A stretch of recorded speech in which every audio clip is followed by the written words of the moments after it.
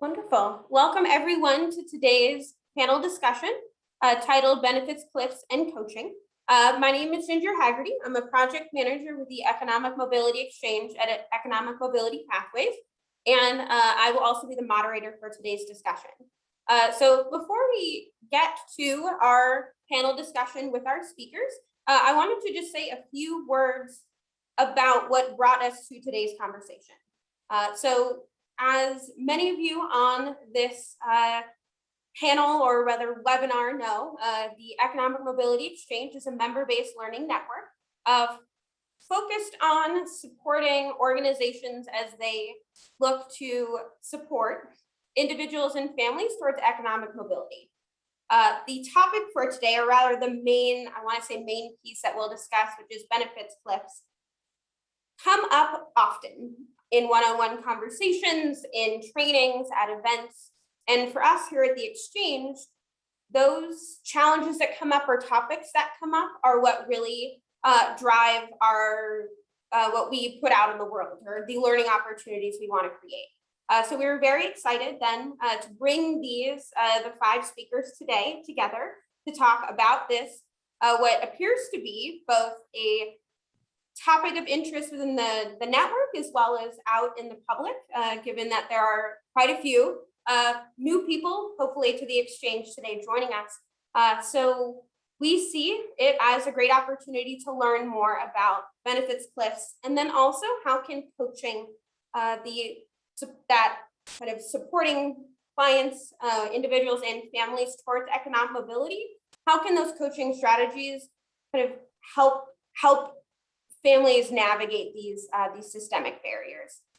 So I am again so excited to bring our 5 panelists to speak with us today.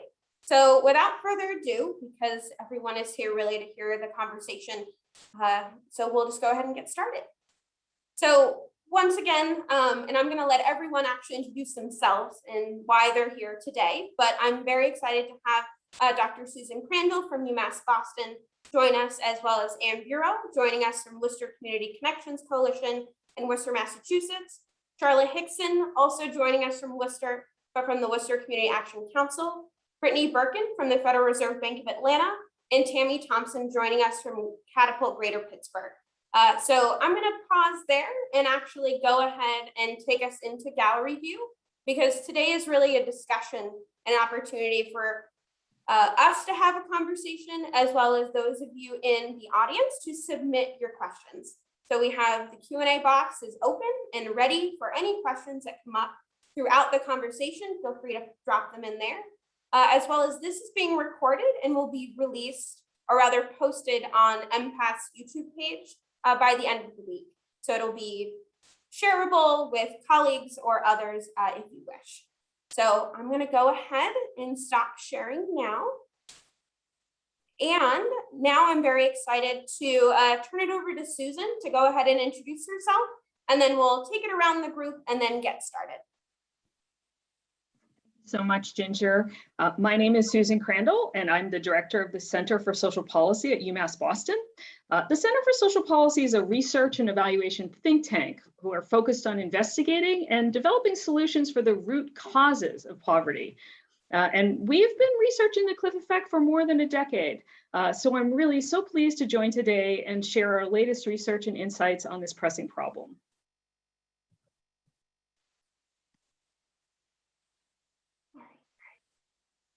Hello, I'm Ann Bureau with Worcester Community Connections Coalition, a program of U Inc., which is now an affiliate of Seven Hills Foundation. And we are a parent-provider coalition that looks at the risk factors that can lead families to get involved with the child protective system. So our main goal is to convene partners to prevent child abuse and neglect in the community and develop systems of support. Good afternoon, everybody. My name is Tammy Thompson. I am the executive director of Catapult Greater Pittsburgh, which focuses very heavily on creating economic justice opportunities for particularly Black families here in the city of Pittsburgh and Allegheny County. We are hyper-focused on creating wealth-building opportunities, and the cliff effect has been one of our advocacy issues for some years now. So we're excited. I'm extremely excited to be here and having this discussion with all of you. Hey everyone, I'm Charla Hickson. I'm the Chief Impact Officer for Worcester Community Action Council. And we are the designated community action agency and anti-poverty agency for Central Massachusetts. So we provide stabilizing services such as heating assistance through economic mobility services such as financial empowerment, early education and care, workforce development, and youth development. And this issue is certainly at the core of our work, as it's a critical barrier to moving up and out of poverty. Good afternoon, everyone. I'm Brittany Birkin with the Federal Reserve Bank of Atlanta. I'm in our Community and Economic Development Division, working on our Advancing Careers for Low-Income Families initiative, which is focused on structural barriers to economic mobility, as well as identification of solutions. And we do that through research, the creation of tools, and direct engagement with partners to better understand what are the challenges that families with young children in particular, but all low-income individuals face on the pathway to economic mobility, and what are potential mitigation strategies or solutions. And it's wonderful to be with you all this afternoon. Thank you. All right, I'd actually thank you all for introducing yourselves, and I'd actually like to keep it with you, Brittany, and if you could give us kind of setting a foundational definition for what are we talking about when we hear the phrase benefits cliff? Absolutely, happy to lead off. And so benefits cliffs, very often when we think about career advancement opportunities and different career pathways, we think in terms of wages sheerly. But the reality is a lot of low-income families access public benefits by way of making sure they can get their household budget items met and their needs met. And when wage increases occur, sometimes as wage increases occur, that can trigger either the reduction of public benefits or actual loss of eligibility to public benefit programs. And that can do a few things. One, it can cause what's called a benefits plateau, meaning wage increases might still be happening, but the loss of public benefits can leave the family's financial resources completely flat for a period of time. Or it could cause a benefits cliff, which is actually that the family might grow poorer as their wages go up because of the loss of public benefits. And what's important context is often we might hear stories about a family who lost access to SNAP or food assistance or childcare, and that triggers a cliff. But very often it can be the combination of things like reduced tax credits and reductions of public benefit programs together that can cause that loss to net financial resources. And so very often when I think about how to contextualize this, I think of the first experience that I had. Many years ago, I served as Florida's childcare state administrator and received a call from a parent one day, and she had been offered a 10-cent an hour wage increase by her employer. She had 2 young children, and she was receiving childcare for both children. So that $200 a year was going to compromise her eligibility to $9,000 a year in childcare assistance and support. So just to give that context and a sense of the deficit of resources that can occur for families, that is sort of the heart of the definition of benefits cliffs. Thank you. All right. Now I'd like to kick us off, or rather take us into a series of questions. Thank you for setting the foundation, and that example is quite surprising and shocking, and I'm sure the audience feels the same way. So I would now like to actually turn it over to Anne with a question around why are the cliff effects, detrimental to economic resilience? So kind of, again, connecting the dots with, we're here, the network, at least hosting this, is about economic mobility. So if you could speak to that. Sure. So a few years ago, we did a survey of the Worcester parents to identify what are the top needs. And of course, housing was first, food was up there, employment, and then finances. And when we drill down to the causes with all of those, it all came back to increasing finances for our families so that they can thrive economically. And then together with the Worcester Community Action Council and other partners, we did a deeper dive survey on what are the barriers to employment. And the cliff effect was one of the top issues, fear of losing public benefits. And we come from this as social workers. I work with a family resource center in Worcester. And we realized that we are our work is really to put families on public benefits and help them to address their immediate situations. But if we do that and we stop there, we're keeping them in poverty. And I know as a social worker, I was so nervous to talk about the cliff effect. I was so nervous to talk to our families about going back to work because I was afraid of them losing that Section 8 voucher that was so hard to get. And so this is a really critical situation. The other problem I know we're seeing in Worcester is there's a desperate need for workers. And so we, not only to strengthen our families and get them back into the workforce, but also the desperate need we have for bus drivers and childcare providers. So those are just a few of the things that come to mind. All right, I'd love to take that same question around why are they detrimental to economic resilience, and actually send it over to Tammy just to hear what you might want to add. Yeah, thank you. I agree with everything that was just said, but I want to add something. I think it's important that when we discuss the cliff effect or the benefits cliff, particularly the people who aren't as familiar with it, that we are also addressing the negative narrative that already exists and has existed for some time around public benefits. Because when we're thinking about solution and when we are working towards finding solutions for this problem, I think one of the sticklers to finding the solution is this unspoken, and in some cases very spoken, right, negative narrative around public benefits.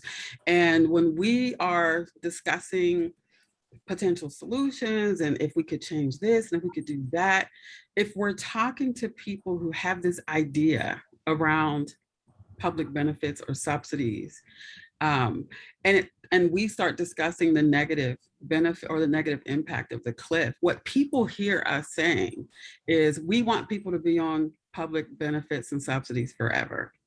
And what I say when we're discussing this is the exact opposite. The cliff effect is counterproductive to families reaching self-sufficiency.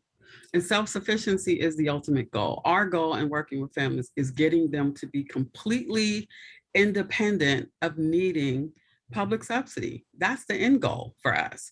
For one reason is I know what long-term exposure to poverty does to people mentally, emotionally, and of course, financially. But we don't talk enough about what it does to people psychologically and how trapped people feel inside these benefits.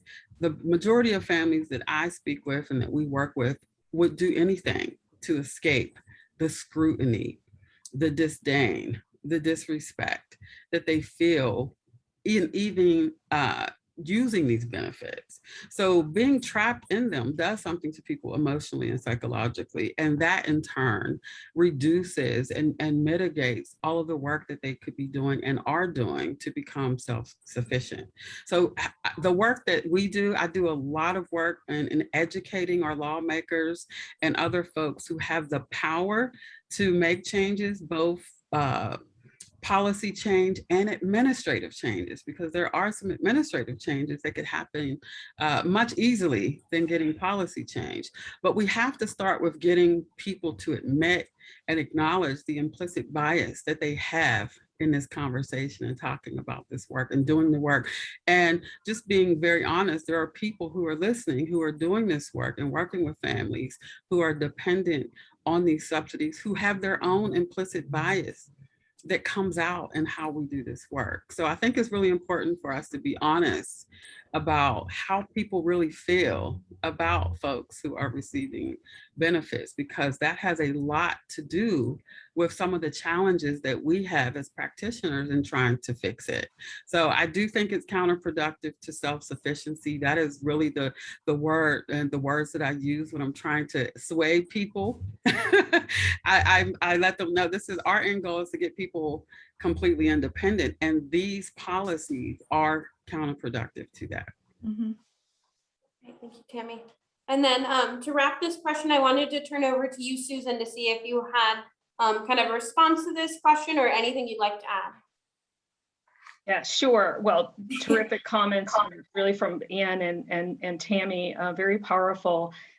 This extensive stress and trauma that really is holding families back. And when we think about the cliff effect, from a research perspective, we're often thinking about that, that sort of one move, or even at a practitioner level, can someone take this job? Can they increase their hours? But when we think about it over time, and you ask the question around economic resilience, well, how can these workers possibly develop economic resilience if they're never able to move forward and develop the skills that they need, whether that's on the informal training and education or on the job? So I think that's very key as well. And then again, sort of tagging on to both what Ann and Tammy were talking about, when we lift this up and thinking about economic resilience at the community level, we know that poverty is clustered in neighborhoods.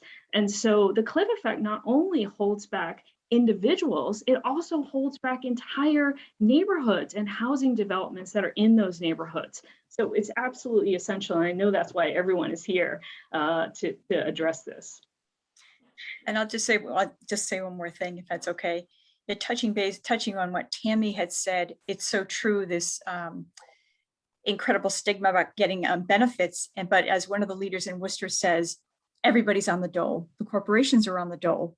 So the truth, the big picture that we need to put this all in is that since the 1970s, wages have stagnated, and the basic costs of housing and health insurance have skyrocketed.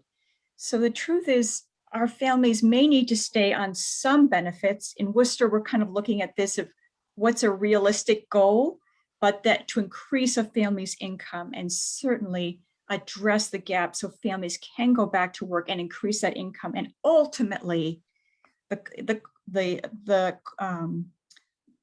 amount of wages they need to earn to become fully self-sufficient is so high. Our hope is definitely for them to reach that. But in the meantime, they may have to stay on some benefits to get there. Thank you, Ann. All right. For the next question, I actually wanted to turn this over to you, Charlotte, to kick us off.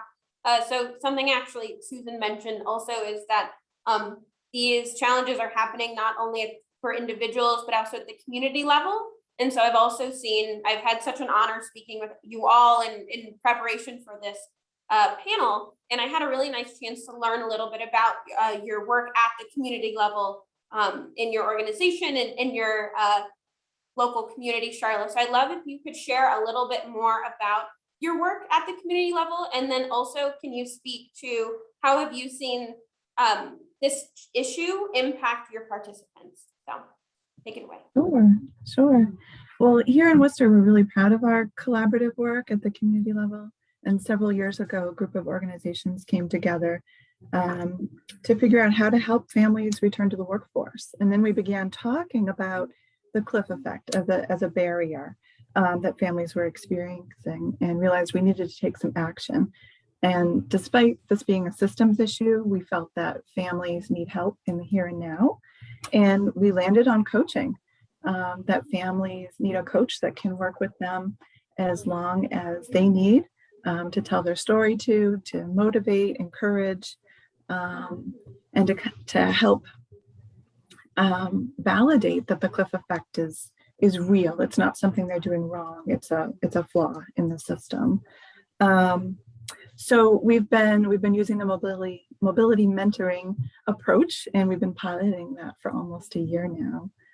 And then more recently, we put another task force together to specifically address the cliff effect and take some action around that. So we're just pulling together the past couple of months. So first, we're educating ourselves on the complexities of the issue a little bit more, finding out what others are doing that maybe are a little bit farther along than us, talking about how we can involve employers. We're looking at a staff role that might specialize in helping families navigate through the cliff. We used to say navigate around, now we're saying navigate through. And we feel like that could help families make informed decisions. And then you said it impacting our participants. I think, we hear from our coaches that the families can't move forward. Someone else mentioned, I think Tammy mentioned the psychological impacts. There's a lot of pride in working. There's little room for transition. Our coaches like to be able to tell participants to take small steps and meet them where they are, if that's what's needed, that it's okay to go at their own pace, and that this is holding back, improving their quality of life. And I think the last thing I would say is that it impacts our participants, but our staff at WCAC as well. So we're thinking about that as we're thinking about how to move forward and take action. Thank you. Want to take this opportunity as well to send this question over to Tammy. Not sure if you have anything you wanted to add, but I also know that you are also doing work at the community level. Yeah, and I'm happy to see Dr. Crandall on this panel because I don't even know what year it is anymore, unfortunately, but I think it was 2019 that we started working together, partnering. Our organization partnered with a local philanthropic organization here called the Pittsburgh Foundation. And we reached out to them and talked about some of the advocacy work that we wanted to do here in Pittsburgh. Is around the same time that a Gender Equity Commission report was released here that basically said that Black women in this city would do better living anywhere else in the country, that they would be doing better if they left Pittsburgh. And so I knew from my own personal experiences, growing up in poverty in this city, raising my own children in poverty, 25 years ago, I was the people that we're talking about right now, having to make decisions about whether I was going to work or whether I was going to go to work and leave my children home alone because I was no longer eligible for a childcare subsidy. As a single mother of 5, I could not afford thousands of dollars a month in childcare. And the only way that I could work and support my family and begin to build a career was to receive these subsidies. But I was also the person who was a nickel over eligibility, And I decided, right, because it was a position was offered to me, a position that could change my career trajectory, great opportunity. And I was stuck with having to decide, am I going to take this job or am I going to stay home because I can't afford childcare? Now, I chose to take the job, but it was at a cost. It was a big cost. And the cost was that I was leaving my children in very dangerous situations so that I could go to work. That was my option. And there are many parents who are making this exact same decision. Parents who are making decisions about living in safe housing or substandard housing because they are no longer eligible for subsidized housing or Section 8 vouchers because of small incremental increases to income that do not positively change their budget, right? Hundreds of dollars a year that some of these families never really see, but are losing thousands of dollars of benefits. So we spent time working to, we started planning a Cliff Effect Summit here in Pittsburgh. And with the help of Dr. Crandall and providing research and statistics and data that was proving what we knew, I realized that lots of the lawmakers that we depended on to advocate for us at the state level had never even heard of the cliff effect or the benefits cliff. So then we realized that we were going to have to do some work to educate our lawmakers to make sure that they had the correct talking points, that they understood how this issue was impacting their constituents, and be able to go to our state capitol and advocate for change. And then unfortunately, COVID happened and it all. So we are looking forward to taking the data that Dr. Crandall prepared for us and having that summit next year. But it's just really important that all of the players, all of the people in power and the people who have the power to make positive change and move these initiatives forward understand what we're talking about, which is why I'm so happy that you're having this conversation today, because I think we assume that the folks who are making decisions about people in poverty understand what the issues are. And in most cases, they don't have a clue. So we spend a lot of time educating the people who have the power to make positive change. And I think that's really important. And it takes a certain level of patience, right? Because we just assume that they are in these positions of power, that they should know these things, but they don't. So I think it's really important that we look around to our politicians and the folks who are in power to initiate change and make sure that they understand these issues, make sure that they know that many constituents that they are responsible for are suffering in this way. So I think that's important, finding ways to educate the folks who have the power to change these situations. And then I wanted to just open it up to Anne to see if you had anything you wanted to add about thinking about kind of at a community level response to this challenge. Yeah, I just going to say that this impacts workers of all ages. We have a parent who is working as a childcare worker. She works her butt off, and yet she just, her income is not that much as a childcare provider, but she's just over the cap, so she can't get food. She can't qualify for fuel assistance. She can't get SNAP benefits, and her rent is like $1,400 a month. So, and we're seeing so many residents in that predicament. They're trapped. And then I also ran into an older woman who needs to keep working, so she doesn't want to go into foreclosure for her house. Her husband and her do collect Social Security, but it puts them over the cliff, even their Social Security benefits, so they can't qualify for the new mortgage funds to help people pay for their mortgages during COVID. So it just hits so many families. So it's just such a detrimental issue. And one other thing we like to share is that even increasing a family's income by $200 a month has been found to reduce the incidence of child neglect and abuse. So this has huge ramifications, as Susan was saying, in so many arenas for our society.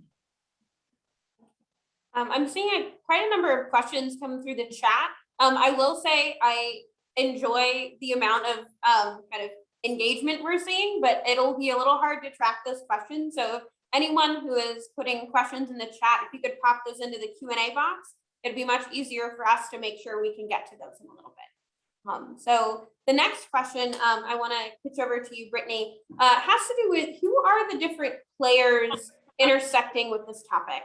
Because I know, we have, a variety of people in, speaking on this topic, and it's been mentioned, who needs to know about it and who doesn't. And I know in your work you have, you are working with many people from many different places. So if you could talk a little bit more, that'd be great. Happy to. It's a great question. And we've heard already in some of the responses, sort of the everyone, but I'll drill down to narrow it from everyone. Really appreciate, Tammy, you telling your story. And first and foremost, it's families and individuals at the center of this work, right? And from there, we are seeing a lot of community engagement, whether that be municipal leaders, state colleges and universities that are wanting to understand career pathways in a different way and what that might mean as they interact with public benefit programs, and wanting to really support economic self-sufficiency. Employers was alluded to earlier, a number of employers who have said this explains so much. I never understood why someone would turn down a raise or promotion. I need to be thinking about internal career pathways. I need to be thinking about different resources that I might be able to offer to staff to help them with their needs.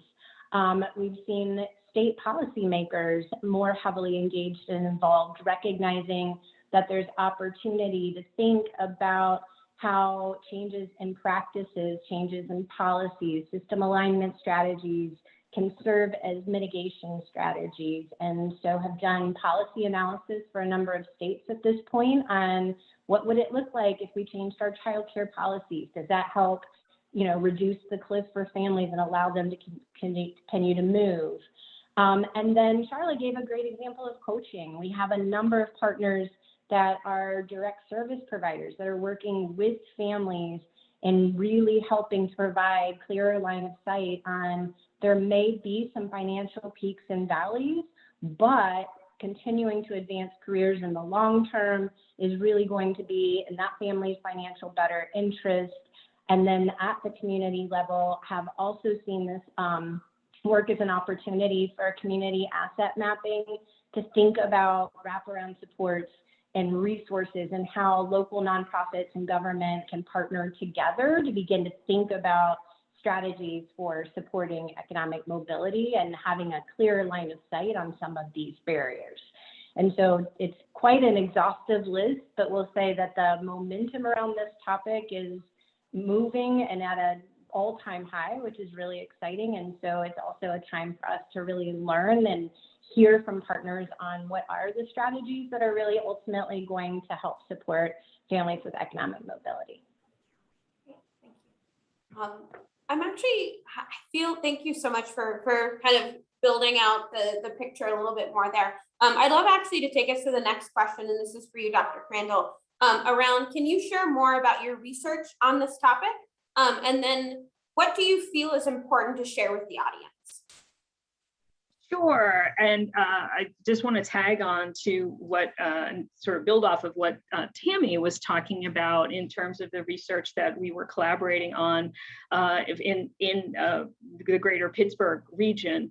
Very important work, and Tammy and her colleagues there with the Pittsburgh Foundation had started doing some very important qualitative research that really helped better understand the experiences, which is so critical, what we're talking about today, of women who are on benefits and facing a cliff, in particular, Black women and other women of color.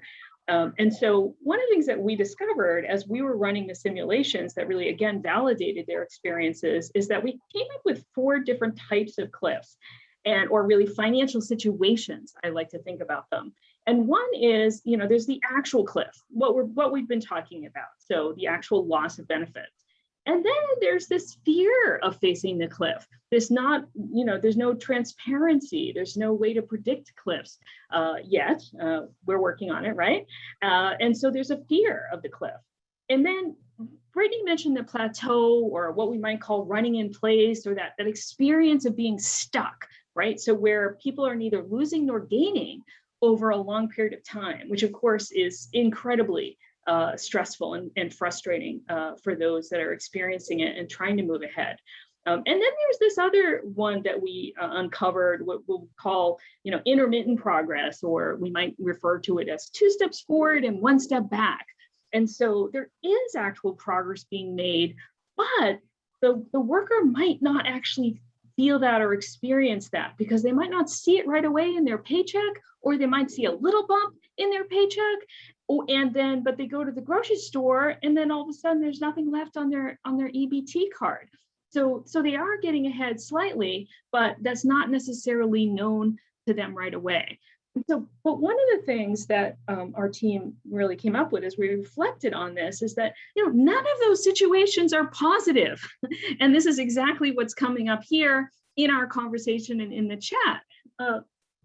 I'd love someone to correct me if I'm wrong here, but I don't hear a lot of stories where people say, I got off, I was able to get off benefits and it felt good. Or, I took that job and a great experience happened. That's not usually what is the case. And we know that from both the qualitative research as well as these quantitative simulations. I think this is really important to understand, because when we're thinking about the stigma that we've been, addressing here, and some of the narrative around benefits, is that unless we are able to create policies and remove those administrative barriers that Tammy was talking about that create a positive experience, then it's no wonder that we have so many that are stuck in poverty. Thank you. And then to kind of continue this question for you, what is next for researching in this area? Yeah, what's on your agenda? Okay, well, we've got quite an agenda, as you might imagine, but I would say two things. And one is we're working on more of a typology of solutions. There's a lot of work that's out there that summarizes and lists legislative and other initiatives, but thinking about that more at a sort of create a framework for those solutions. So that's one. And then a second one that we're working on right now that I'm really excited about is that we're analyzing some wage data for childcare and early education workers, so that we can better understand the specific wages where they're facing cliffs, depending on what benefits they're on. So given that this is such an essential workforce and really critical to all of our efforts in workforce and economic development and helping families move forward, we're especially excited about that, and hope to have something come out in, I don't want to overpromise, but certainly by 2022, you can look for that. Thank you. Thank you. And then to stick on this question for a second too, I wanted to turn it over to Brittany, because I also know you are actively working and researching in this area. So I wanted to see kind of sharing more, if you have anything to add on your research, and then maybe also what's next, or what are you working on?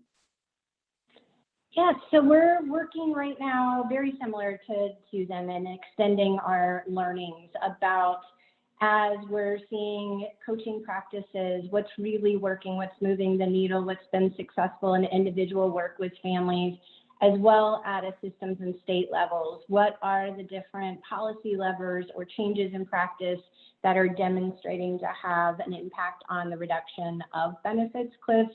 And so are continuing to be very laser focused on that, as well as a sort of preview of really ultimately what's next is also beginning to shift some focus on work to understanding administrative burden, to more families navigating the systems on the front end, and some of the challenges around accessing public benefits in the first place, and what that means in relationship to employment and economic mobility is something that we're going to be working on going forward. Thank you. I will just say to the audience, we'll make sure to drop, or actually I can ask our panelists towards the end, if you wouldn't mind dropping links to your work or whatnot, if people want to learn more about your organizations and your work as well. But we're not quite there yet. We do have a number of questions coming through the Q&A box. So I actually like to pause for a second and go ahead and see what we've got. I will say I don't think we're going to get through all questions. My apologies. But I wanted to, let's see. Oh, okay. Actually, I wanted to go ahead and send this question over to you, Charla. So this is from Christine. What are you doing to ensure coaching is from a strengths or person-centered approach versus a perspective of providing coaching because people experiencing the cliff effect are somehow deficient? That's a really good question. I think we had looked at a couple different coaching models and vetted a few, and we landed on EMPath's mobility mentoring model, which is, we feel, is client-centered and person-centered. And we've found it's a little bit of a shift from the traditional case management. So for our coaches, that's one of the things we've been working on. And I think that's something that can take some time.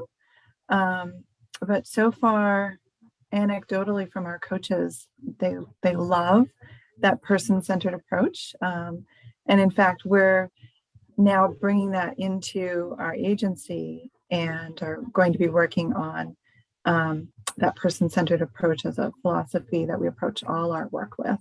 And I'm really looking forward to that. So I hope that helps. Yeah, great, thank you. I've got actually one for Anne. Yes. What is the correlation? And this has to do with the data piece you mentioned. What is the correlation between the $200 in income increase that you mentioned in child neglect? Is that because single working moms feel forced to leave their children on their own? Or yeah, what's a little bit behind that? It's really about reduced stress in the home, because just that amount of additional finances can alleviate parental stress. So that's the angle of the data was coming from. And I'll put the source in the chat box. Right. Oh, this is a good question. And I think I'll send this back to you. This is my last question coming from the chat for a second, but this is for you, Brittany. What does, or actually I'll start with you, and then this is actually a question for the panel. What does the panel see as the policy levers? So I'm wondering if you can start, and then maybe others might jump in if you wish.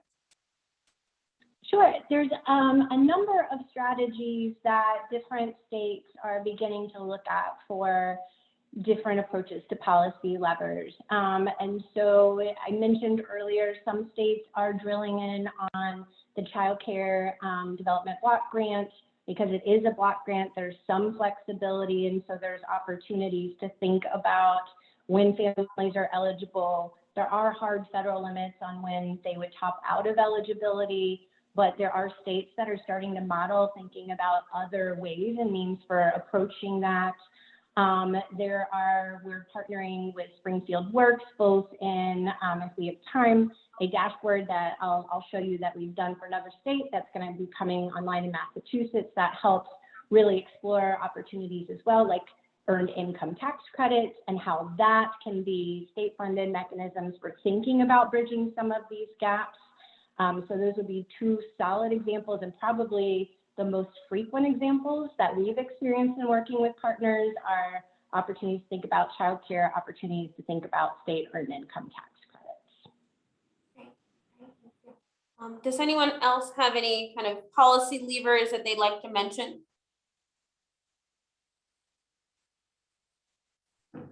Sorry, we have plenty. Oh, Tammy, go ahead. We have plenty of questions. I was just going to say, I have a long policy wish list. Unfortunately, oh, yeah. haven't seen any of it happening here yet, but I do continue to be optimistic. I think as far as policy goes, I think our government has a responsibility. I think if we look at it as less of a burden and more of an investment into healthier communities, healthier overall, but healthier financially as well. Just think about right now what's happening in our society and people. There's sort of a workforce revolution that's happening right now.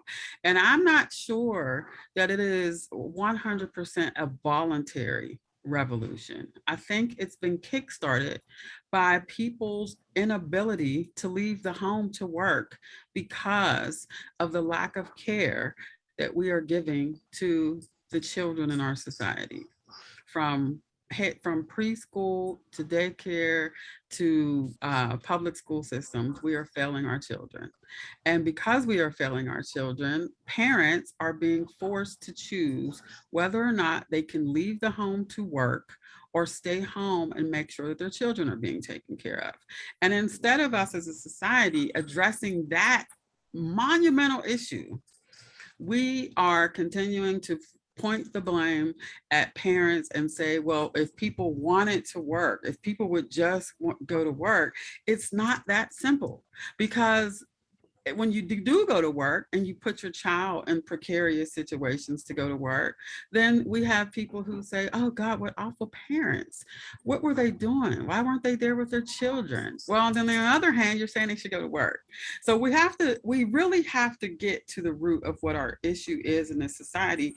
And from my perspective and my experience, I can tell you that our bigger issue is that we have a lack of concern and a lack of care for the children in our society. And once we get to the place where we recognize that, I think that there needs to be, from a policy standpoint, a committed and dedicated investment in the well-being of our children. Parents who have safe places for their children to go are more than happy,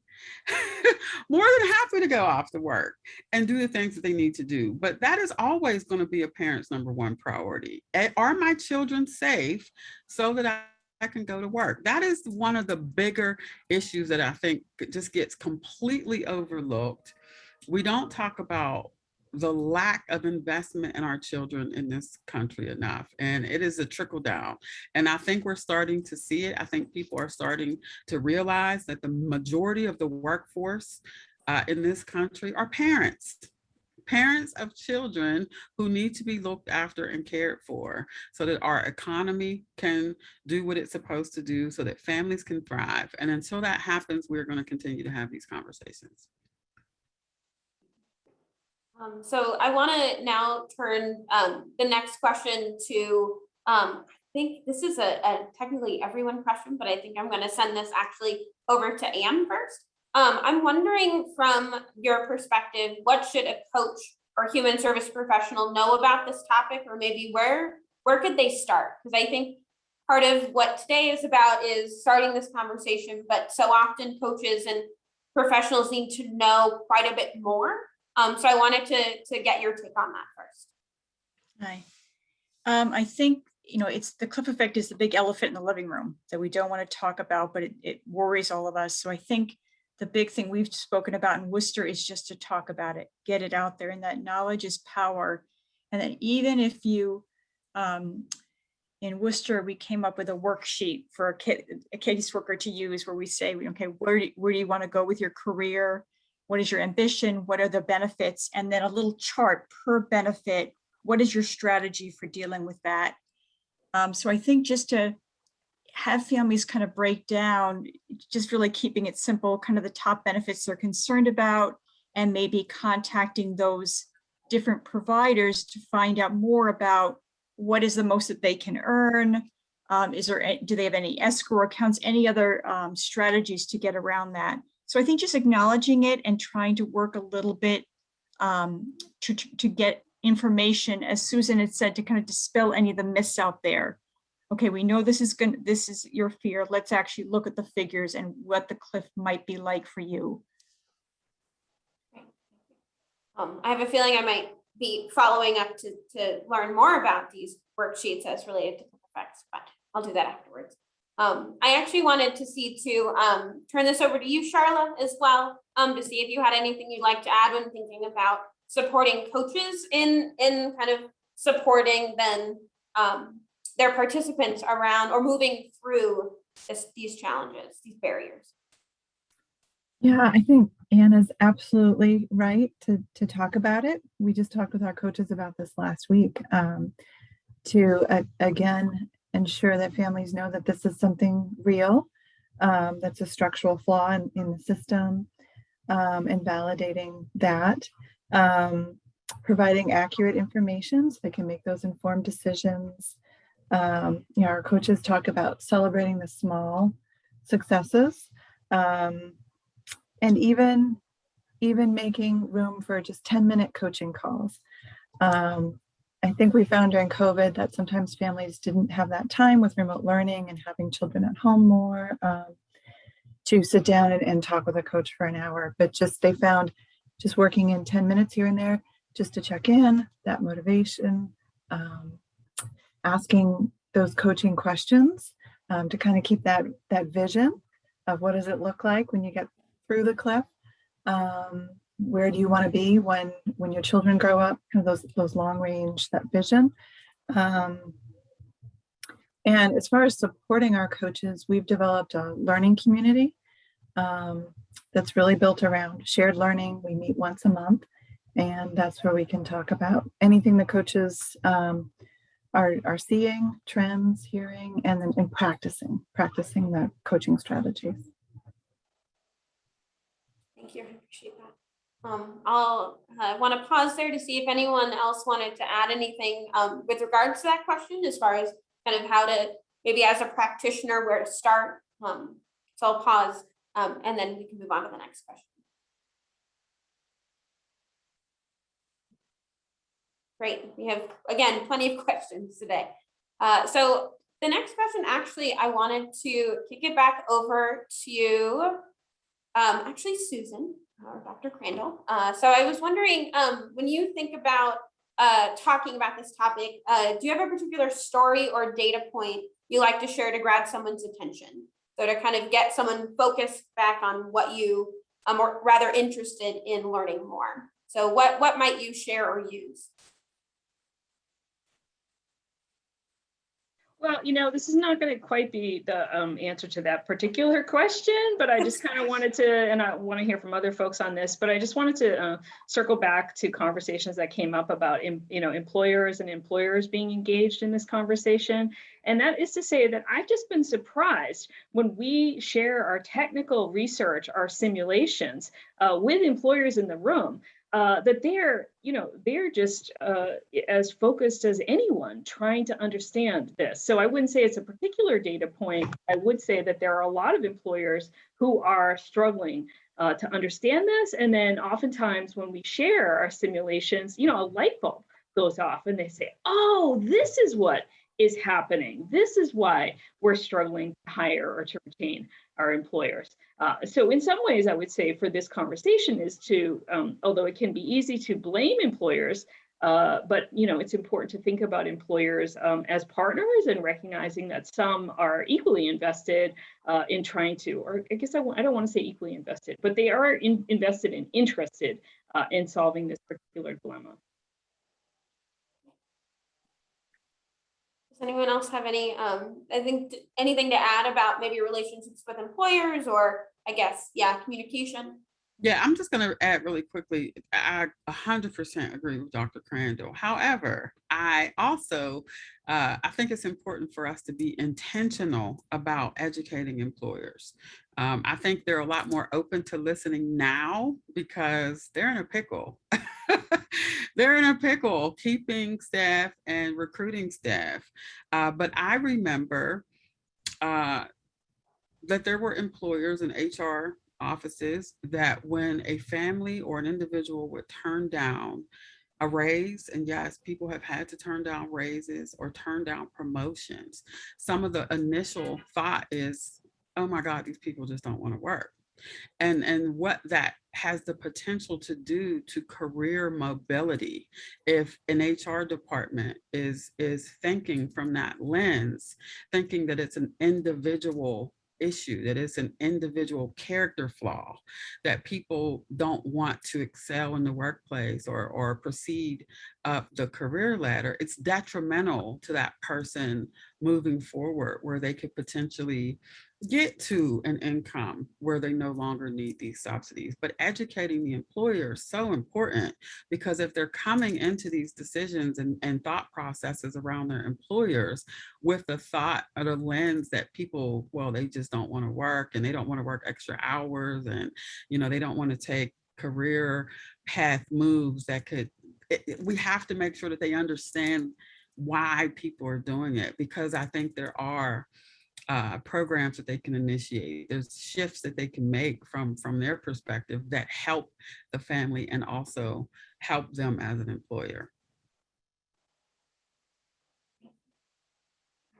I was also going to just comment again about the role that workers can be, social workers and everyday workers can do for families.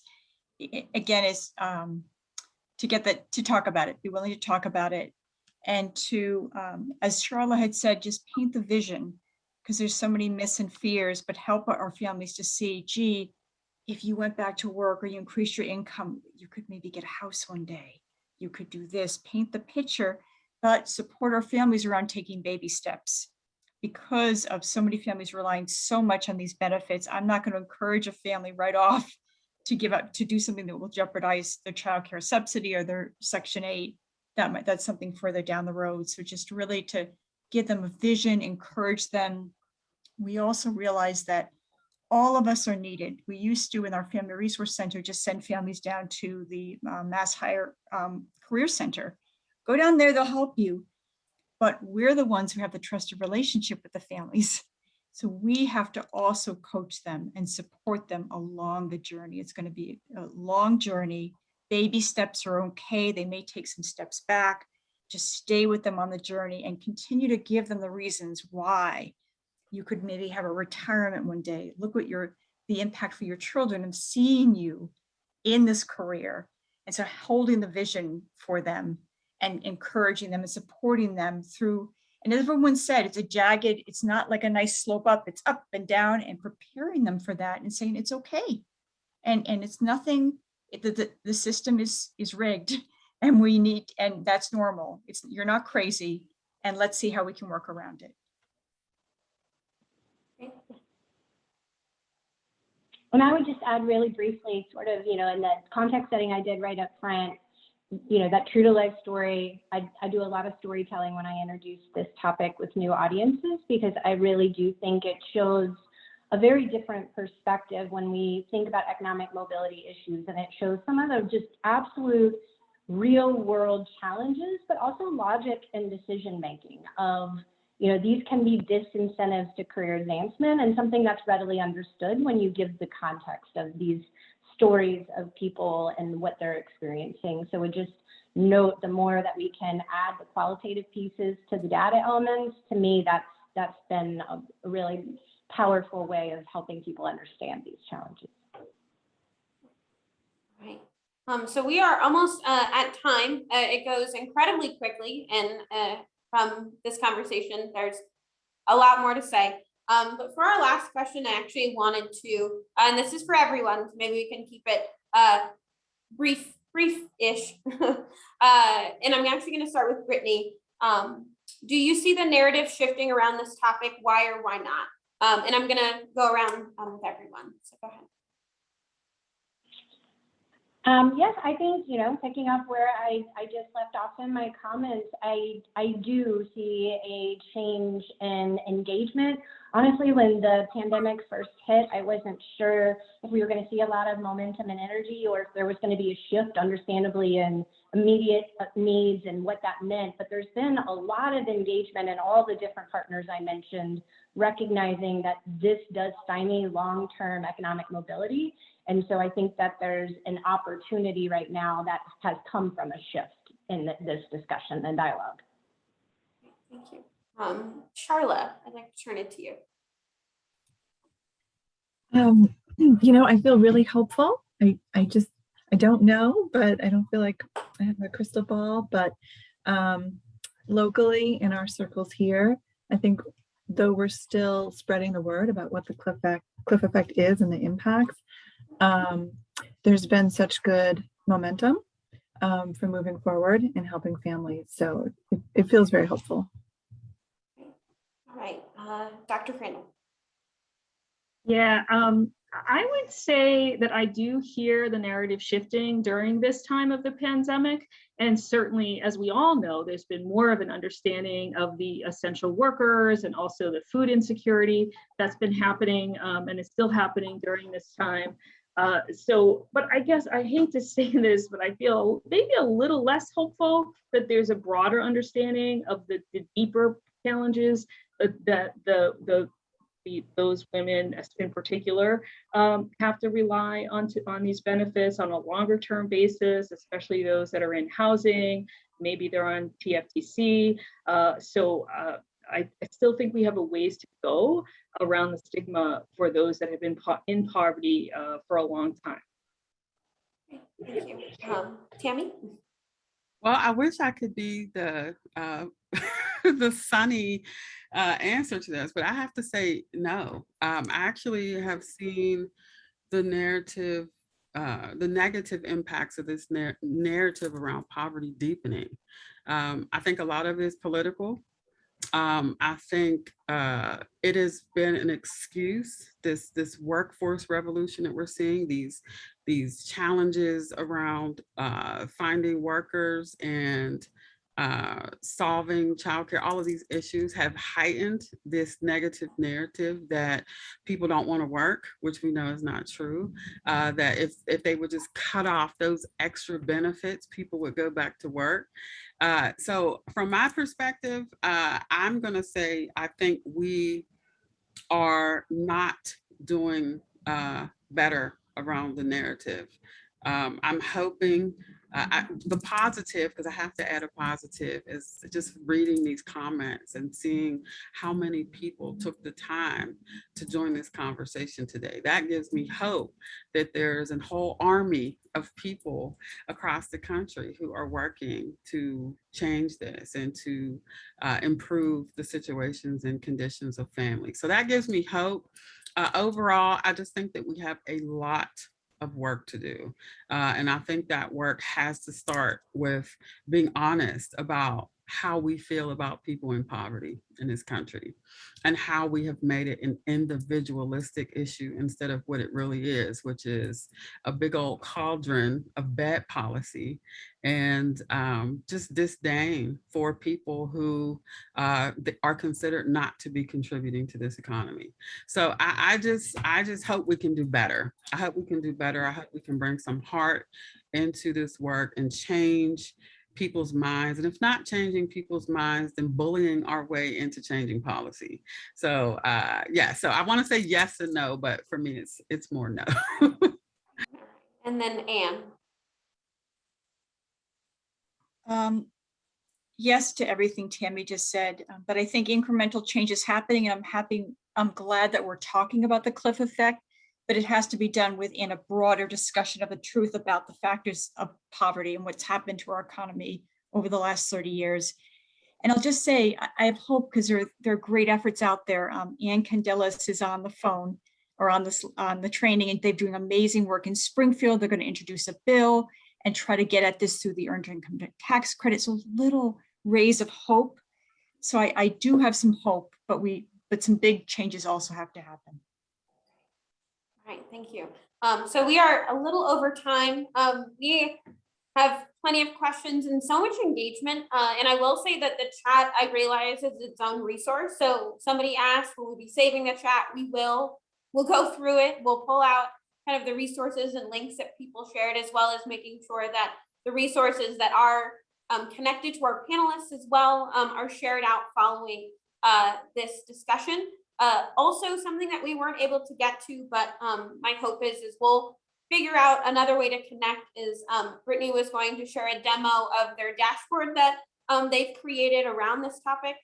So we're not gonna be able to get to that today, unfortunately, but we'll figure it out here at the exchange. So I just wanted to first and foremost thank you all panelists for this conversation, and thank you all to our audience for being so engaged. So I'll pause there.